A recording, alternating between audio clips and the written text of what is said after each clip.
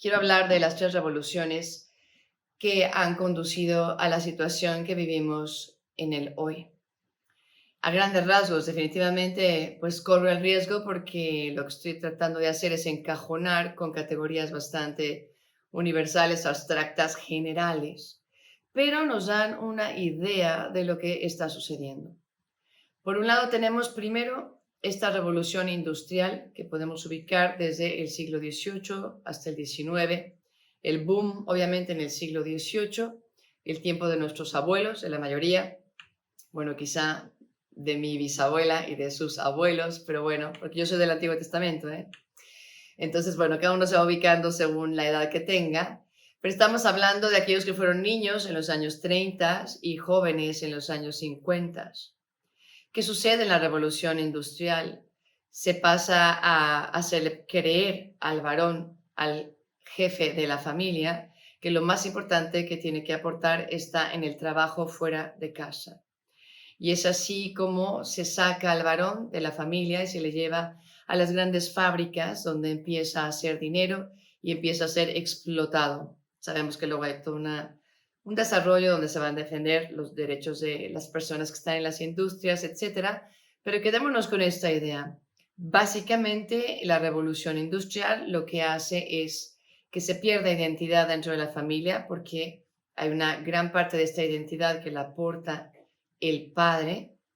Después empieza, aunque sea levemente, esta sospecha, esta sombra de materialismo, donde lo que importa es tener una vida de calidad, tener recursos, poder comprar cosas, tener un automóvil en el momento en que se den, ¿verdad? Va a ser lo más importante. Y empieza como también esta pues falsa creencia de teniendo lo material, yo ya no necesitaría a Dios. De alguna manera se va matando a Dios en la familia. La crisis de paternidad es una crisis también de paternidad espiritual respecto a un Dios que provee, a un Dios que está presente, a un Dios que realmente es padre y cuida y protege más allá de conseguir dinero para que la familia tenga bienes materiales. Después podemos hablar de la revolución sexual a grandes rasgos, que sí definitivamente empieza en un hito indicador del año 65, es algo que ha tenido un efecto que llega hasta el día de hoy.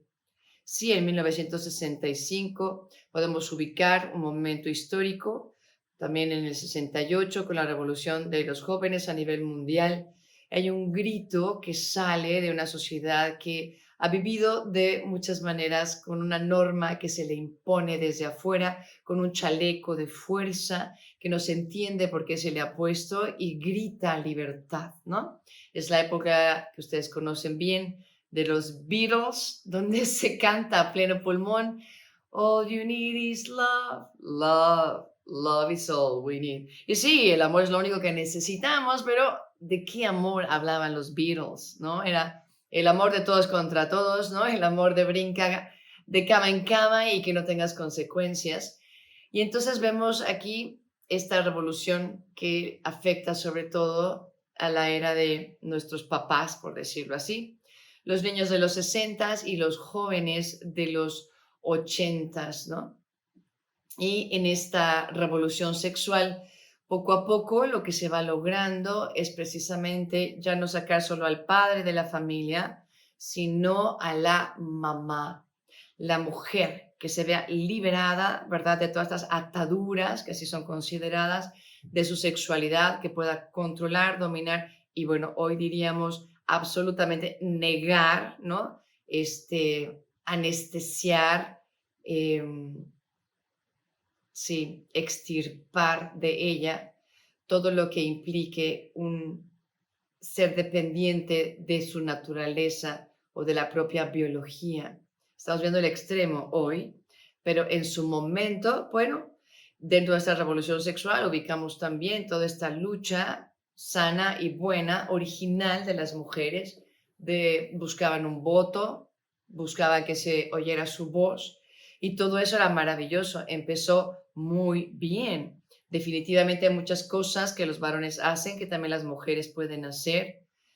Absolutamente, ese mismo trabajo realizado por cualquiera de los dos sexos tendría que ser remunerado de la misma manera. La mujer puede pensar, educarse, tener voto, claro que sí. Pero también se vendió esta idea, ¿no? Que la mujer, para realmente realizarse, tenía que independizarse de la esclavitud de ser esposa y de ser madre. Tenía que negar esta capacidad tan hermosa que Dios le ha dado, que es la de ser co-creadora y de dar vida. Y el matrimonio tenía que ser un poco bastante consensuado, como un contrato, como un tú trabajas, yo trabajo, tú traes tanto dinero, yo también traigo, yo también puedo estar allá afuera y puedo hacer una gran diferencia. Y poco a poco también se empezó a descuidar a la familia.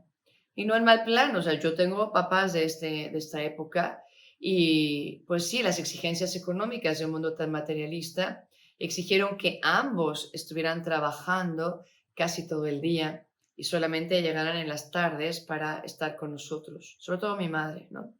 Pero bueno, podemos empezar a intuir que aquí hay una gran confusión que comienza, porque si bien la mujer tiene que estar fuera y tiene que aportar algo grande para esta civilización y humanizarla, no puede hacerlo a costa de sacrificar a su propia familia y dejar a unos niños que crezcan básicamente como si fueran huérfanos o una carga. Es hermoso y yo admiro tanto a las mujeres que finalmente después de esta revolución han tenido que pagar las dos cargas, tanto la de poder ser exitosa profesionalmente fuera, como la de saber que últimamente ella es la responsable de que esa familia siga realmente funcionando. No tanto por el liderazgo que se lo damos a la cabeza, que es el varón, en comunión con ella definitivamente, pero sí ha habido algo allí en su corazón donde pues le toca a ella el tipo de familia que se va a formar. La mujer es la que pone el toque de ternura, de atención, de dar a cada personita su espacio. Todo eso está en la propia maternidad que tenemos por naturaleza. Y creo que admiro demasiado a estas mujeres que combinan las dos posibilidades, igual que admiro a las mujeres que los primeros años de sus hijos lo pasan en casa porque son claves para la formación, sobre todo de autoestima y de afectividad de los chiquillos. En fin, esta revolución sexual, ¿qué hace? De alguna manera también saca a la mamá del seno familiar. Y finalmente podemos hablar también de esta revolución tecnológica que nos ha trastocado la existencia. Hoy no se entiende la vida sin un móvil, sin un iPad.